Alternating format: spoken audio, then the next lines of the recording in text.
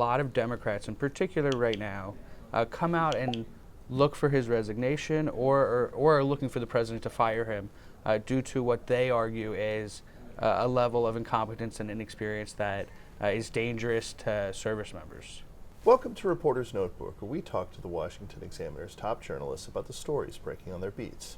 I'm Jim Antle, and I'm joined today by defense reporter Mike Brest. And Mike, it's been a tough week for Defense Secretary Pete Hegseth. Where do things stand right now?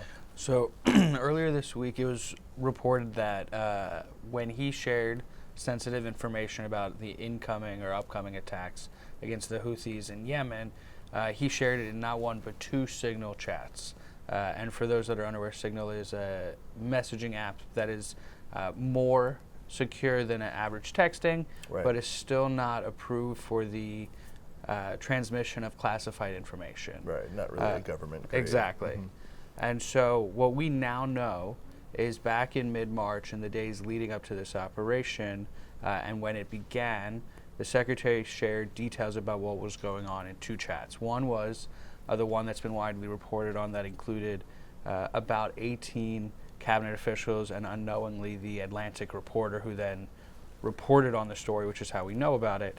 And we now know at that same time he shared similar details in another chat that included his wife, his brother, who is a DoD official but doesn't have relevance to this type of operation, as well as his personal attorney, who also has a role in the military, but it's not clear why they would have any reason or need to know what was going on. Mm-hmm. And in addition to those people in this chat, there were some of his advisors.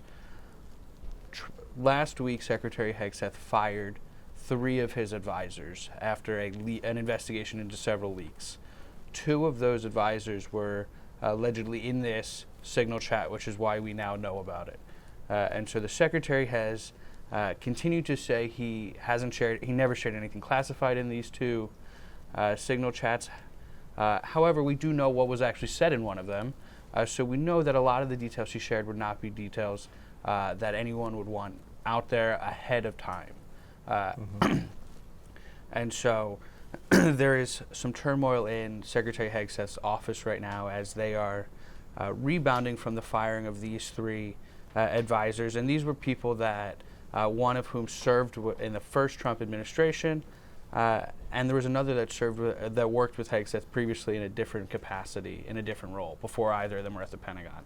And so these are not necessarily deep state officials or deep state actors. These are people who are loyal to the president's agenda and say that they didn't do what they're accused of. Mm-hmm. And so back in early March, there were a number of leaks that were coming out of the Pentagon. And so Secretary Hegseth, Chief of Staff, announced that he was going to be, or they were going to be conducting an investigation. As a result of that investigation, these 3 longtime advisors of the Secretary were dismissed from their roles. And so what we're now seeing, as I mentioned, is turmoil in his office. There's a lot of concern from both inside the building and outside the building that he is not quite surrounding himself with the best people or people who can help him succeed in the role. Right. So in addition to the criticisms over this usage of Signal and the leaking of this information, it's become an issue of his management of the Pentagon in general, which was something people had raised as a concern during his confirmation hearings. That's exactly right. And that was a talking point that Democrats really hammered in on, the fact that he, unlike a lot of his predecessors, didn't have any previous experience leading a large organization like a branch of the military, which is often a stepping stone to being secretary. And so what we've seen is a lot of Democrats, in particular right now, come out and look for his resignation or are looking for the president to fire him due to what they argue is a level of incompetence and inexperience that is dangerous to service members. So there have been some updates, or at least so it seems, on what the contours of peace talks between Russia and Ukraine would look like, what the Trump administration is expecting. What's the latest there? So there was a meeting earlier this week between mid-level officials between the U.S., Ukraine, and several European countries, while the U.S. is also set to meet with Russian officials later this week. And so the deal the framework that they're looking at is a deal that would essentially freeze or be close to freezing the current battlefield lines. And so at this point, Russia currently occupies a little under 1/5 of Ukrainian territory in the east and southern parts of the country.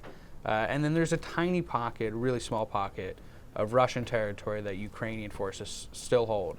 However, they've slowly given up some of that territory over time.